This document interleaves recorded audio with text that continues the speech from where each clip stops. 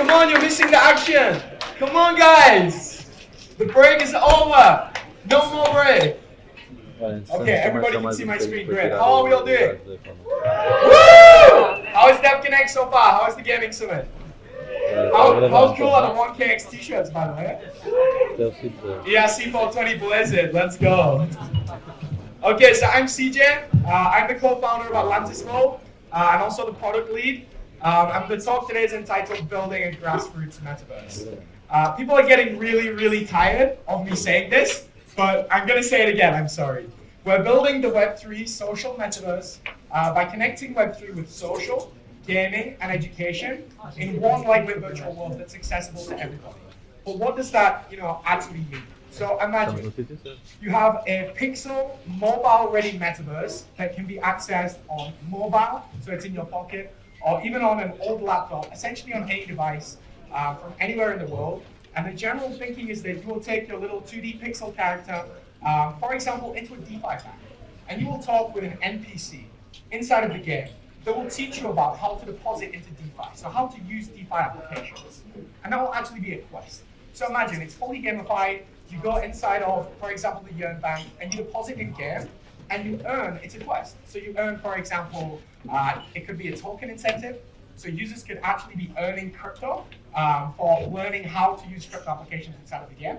You might earn an NFT badge. So boom, you have a badge that says, guess what? You swap tokens using 1inch. So now you have a badge that says you're proficient at using 1inch. Or it might be some kind of perk or power up in game. For example, if you will vote in the 1inch DAO, because DAO voting is also enabled inside of Atlantis World, you'll be able to fly around the 1inch city on a unicorn, right? Because you have some in-game perk for engaging in DAO governance. In terms of blockchains, imagine that you're going to the Polygon headquarters or the Avalanche headquarters for the first time, and you've never used that blockchain before, right? We essentially have rebuilt Chainlist inside of the game. So with 3 or 4 clicks, users can actually connect to a brand new RPC, a brand new blockchain inside of their MetaMask wallet with 3 or 4 clicks inside of the game. Again, a quest. They can earn some in-game perk or power-up or reward. They can earn a token incentive. They can earn an NFT badge, or it might even be a wearable. They might earn some wearable. So they might have some t-shirt which says they connected to the Polygon or Avalanche or Celo blockchain or Nia blockchain on the Aurora EVM for the first time. Users can also vote in DAOs. So this is the Honey DAO building. DAO just ran inside of there. So imagine actually transforming DAO governance to be a social thing inside of the game. It becomes a social event. You drop into a token-gated voice chat inside of your DAO clubhouse, right? Everybody's there together, you discuss, you have the discourse around governance, and then you vote in the DAO inside of the game. And then also, again, you earn some incentive, whether that's an NFT badge, a token reward, or some kind of in-game perk or power-up. So, whilst building Atlantis World, from the very beginning, we really decided to go the hard route and do our best to enable a community on public good. And that links back to the title of the talk today, which is Building a Grassroots Metaverse. So we were actually able to generate over $1 million in revenue from our fantastic community in the first 7 months of building without taking a single dollar from any investors. So we've had no VC funding. Obviously, that has a lot of challenges in of itself. Capital comes much slower, and it's much harder to scale your team. But we've managed to scale to over 14 core contributors in the first 10 months, and we're getting ready to publicly launch our alpha. So the alpha, you saw some glimpses and some clips from inside of there, and it's going really well. And we have a lot of features. And this kind of whole, I would say, movement or approach of being kind of grassroots and community kind of driven and funded has really been enabled by grants in Web3, and that's something that I really want to touch on. So we've been supported by some of the best players from around the Web3 stack with grant funding, and it's this fantastic thing which I think doesn't necessarily exist in Web2 unless there is some kind of governmental grant which might take 8 months and you might get 20K, but it's honestly not worth the time. The thing about Web3 is that we're such a supportive community, and we really enable each other to build and build on top of each other, right? So we're really trying to build the Web3 super app with Atlantis World, and we've so far received grants from some of the top players around the ecosystem, like Yearn, Balancer, 1inch, Perpetual Protocol, Polygon, Celo, Avalanche, Nia. There is a whole host of them, and we're really grateful for that. And it's that's essentially led to us being fueled by our ecosystem partner network with the grant funding support, but also by our community of founding Atlanteans. So here you can see some of our ecosystem. Many of them here did actually support us with grants.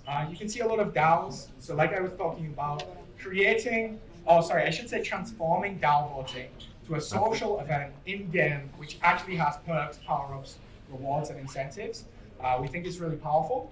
And we're essentially just integrating apps from all around the Web3 stack in a very novel way inside of Atlantis World, and then actually teaching users how to use those applications in an inherently fun and engaging way. That could be anything from DeFi, so for example, the Aave Bank. You go inside of there, you learn about Aave, you deposit into Aave. We actually won a hackathon prize from Aave last year, and I think Stani was like less than the first 300 people inside of our Discord server, and we received a lot of support. You can also trade NFTs inside of Atlantis World, and again, earn incentives and badges and power-ups for doing it. And you can connect to new blockchains. And actually, if you don't have a crypto wallet, this is coming very soon. You'll be able to build your first ever crypto wallet or create your first ever crypto wallet inside of the game, and again, earn something for doing it, right? So we really believe that incentives move mountains, and we really believe that that interactive learning is the way to go to onboard up to billions of users into Web3. So how can you get involved? You can join our community at discord.gg/Atlantis World and participate in some of our events. You can help us to test the alpha. So we have a poll app, it's going to be on screen. We're also going to be running around. You can scan it and it will give you the access, because we have a closed launch right now, which is only for our founding Atlanteans, if you will. But we have the poll app, so you can scan it. You can come and play it. You can join our Discord, and then you can contribute ideas and share some of your feedback. If you want to kind of speed run and expedite that process, you can also become a founding Atlantean by acquiring a scroll on OpenSea. In any kind of way that you want. It's not actually on Luxra because it's on Polygon, but I will say I'm relatively bullish on Luxra. You can join our growing ecosystem partner network. So I know this is a builders conference. If there are builders here who are building exciting application at the forefront of the Web3 stack, please do talk to us, because we'd love to discuss, how we might integrate you and build, this gamified onboarding framework around your application. And also a real kind of passion of ours is making it so that any developer, any application, any Web3 org, essentially in future, can build, deploy, and maintain their own application inside of Atlantis World, which we think is incredibly powerful. And also stay tuned, guys. We're coming up very soon with an Atlantean character launch. So you're going to be able to upgrade your character, your avatar, inside of the game over time and change actually the attributes using some novel NFT tech. And that will also be customizable with wearables. And you'll also be able to earn different wearables and be gifted different wearables inside of the game from using applications and completing different quests. So Devconnect, if you do want to test our alpha, you can scan this and claim your poll app. Right now, I'll give you all some time to do that. Hopefully it works from so far away. If not, you can come and find me or any of our team. We're going to be around trying to give you all poll apps. So please do scan and take it away. Nice work, guys. Does it work? It works? It doesn't work? It's a bit tricky. Okay, you can find us. You can find us, guys. Don't worry about it. Please find us. I would love to open up the floor. Does anybody have actually any questions for me or for the Atlantis World team? Please. Yeah, so you can actually have I think it's an ERC 721 can have ERC 1155 child NFTs. And you can basically configure that so you upgrade the core attributes over time. And then equip additional ERC 1155s for stuff like wearables, game items, and equipable game items as well.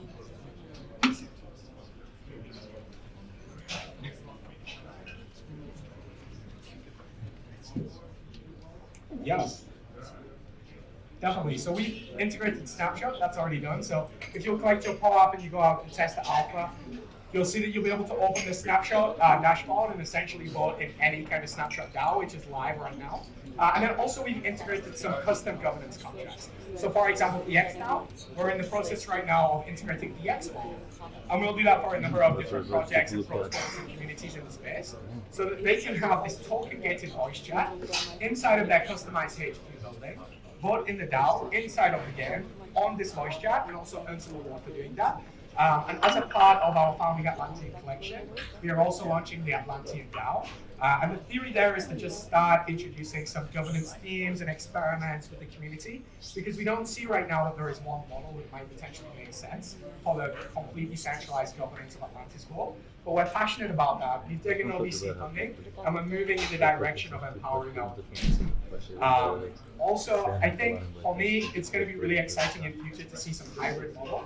If right now we're trying to build a Web3 super app, so we have the central district of Atlantis World, which is intended as like the lively capital city of the internet, where you can run into a bunch of different banks, NFT marketplaces, right? It has this Web3 driven real world utility inside of the metaverse. The general thinking is that if this kind of district will be, active and capture some value, there could potentially be like an annual tribute to occupy a plot in a specific district, and then this will be governed by everybody else who lives in the district. So it's like basically a community governed DAO treasury for each specific kind of community or area of land within Atlantis World that can actually be self-sufficient. And then us as the core team can continue to ship the core upgrades and make changes, also being kind of like self-funded and self-sufficient. So there is going to be some hybrid models in the future.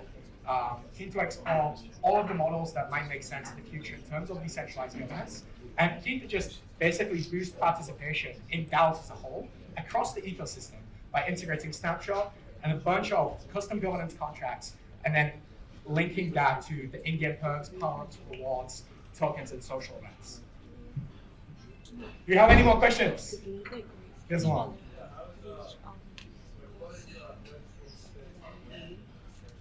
Yeah, definitely. So we believe that we have designed the value capture mechanism for virtual land, and we have never actually shared about that before, but I think it's really important that we should start to approach virtual land in a different way to that we approach land in the real world. And I think that's the mistake that everybody makes, right? Actually, land in a virtual environment can be almost infinitely replicated. So I think it's really important that it will capture value in some way. We think the way that might make sense to approach that is by populating these districts with different applications, different projects, different communities, different DAOs, DeFi banks, NFT marketplaces, DAO tools, etc. And then once the land has captured some value and retained some attention, we might then introduce what I was discussing about some annual tribute to the community governed DAO treasury. So everybody who actually will occupy this district has like a financial backing to develop and grow their little ecosystem further. And then in future, we might actually launch free to occupy districts inside of Atlantis World. Once we've figured out more the customizability elements and made it so that any developer can actually launch and maintain their own application inside of Atlantis, it might then be that we'll launch a free to occupy district. So imagine in the real world, you open a part of the city and you say, here are a bunch of shops, put your logo on it, launch kind of your brand or whatever you want to do that. It might even be a co-working space, could even be some kind of art gallery, or it might be a Web3 application, and actually occupy that for free. How much culture is that going to facilitate and enhance? So that's the way that we're trying to kind of like approach capturing value backwards and actually build something relevant and build a community around that first. And then we might introduce some tribute so that every person who lives there can have a say in the future of that district and actually have some financial backing to drive and develop that further. Hi, will it be like open to like the UGC content? Can like users who own the land and build on top of it, and will there be any incentives? Yes, definitely. So we really want to enable that, as soon as we possibly can. Right now, we're just focused on kind of populating the central district of Atlantis World. And basically, actually, our dev team is integrating applications, and our design team is kind of building the ecosystem. But in future, we want to make it really easy for users to customize that plot or that land and build something within the world, because we think that's really key for scalability. And also a problem that we've had with integrating applications ourselves is that in the middle of the integration, protocol might ship a V3 or a V4, right? In the middle. And it tends to set us back a lot because you have to start handling the integration scripts again. So a really key thing, I think, for the long term, survival of Atlantis World and that will enable us to thrive is actually enabling any developer to launch and then maintain their application. But it's a tricky one, we're working on it. It seems impossible now, but we stopped asking if something is possible at Atlantis World, and instead we just try and do it. And we're trying really hard, and we're going to do it. I promise you that. It might take us some time, but it's coming soon. I'm not sure how much time we have. Maybe we can get one more question. We have one more? Come on, guys! We must have one more. If not, Thank you, CJ, Okay. for bringing us back to life. Sure. That's my job. That's my job. Thank you so much, everybody. Please join our Discord. Please follow us on Twitter. Please find us, scan your poll app so that you can drop in and play the alpha. We really appreciate your support and your feedback. Thank you.